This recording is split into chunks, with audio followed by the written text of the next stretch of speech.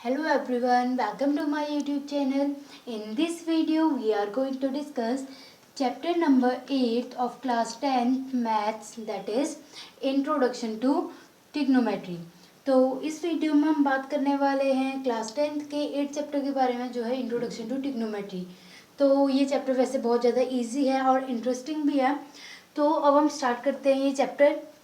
तो सबसे पहले हम बात करते हैं इंट्रोडक्शन टू टिग्नोमेट्री। तो फिर जो हमारा चैप्टर है, इसमें जो टिग्नोमेट्री वर्ड है ये किस चीज़ के लिए यूज़ हुआ है, या टिग्नोमेट्री वर्ड का मीनिंग क्या होता है, ये हम इसमें सबसे पहले देखेंगे। तो टिग्नोमेट्री टिग्नोमेट्री जनरली मैथ्स की ब्रांच है जिसमें हम स्टडी करते हैं, study about the relation between the sides and angles of a triangle is known as trigonometry। तो ट्रिग्नोमेट्री एक मैथ्स की ब्रांच है।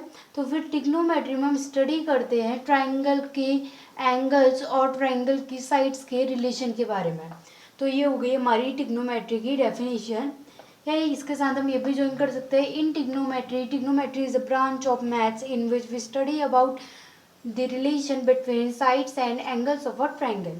तो ये हमारी डेफिनेशन हो गई। अब इसके बाद हम फर्स्ट चीज़ देखते हैं कि जो ट्रिग्नोमेट्री है वो सिर्फ और सिर्फ होती है हमारे राइट एंगल ट्राइंगल में यूज। तो फिर हम इसको नेम दे देते हैं, A B C is a right angle triangle. Triangle A B C is a right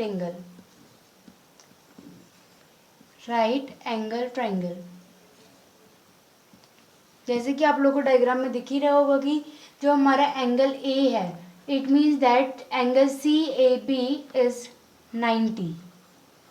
तो फिर एंगल ए पर जो है हमारा 90 डिग्री बन रहा है।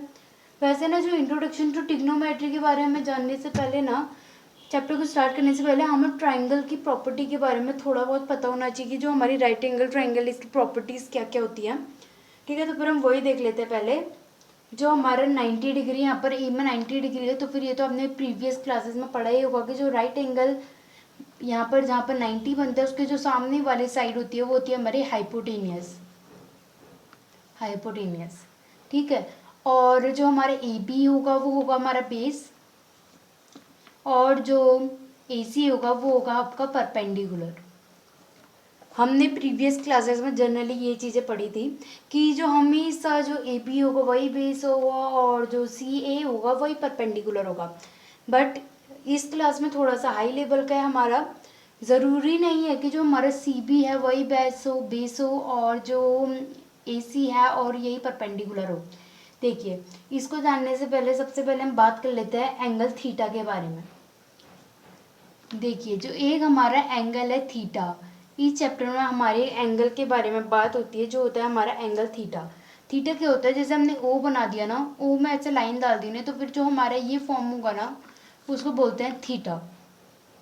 अब बात करते हैं कि जो थीटा है वो एंगल किस टाइप का है, क्या होता है इस एंगल में।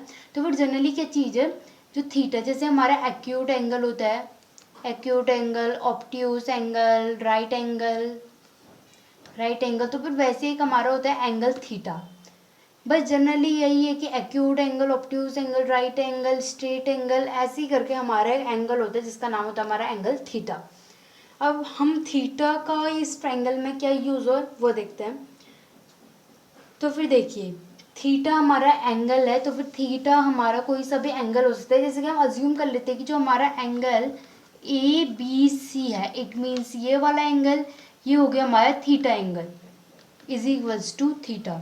तो फिर जो थीटा एंगल की जो सामने वाली साइड होती है, इट मीन्स दैट ए सी, तो फिर ए सी परपेंडिकुलर होगा, ए सी इज परपेंडिकुलर।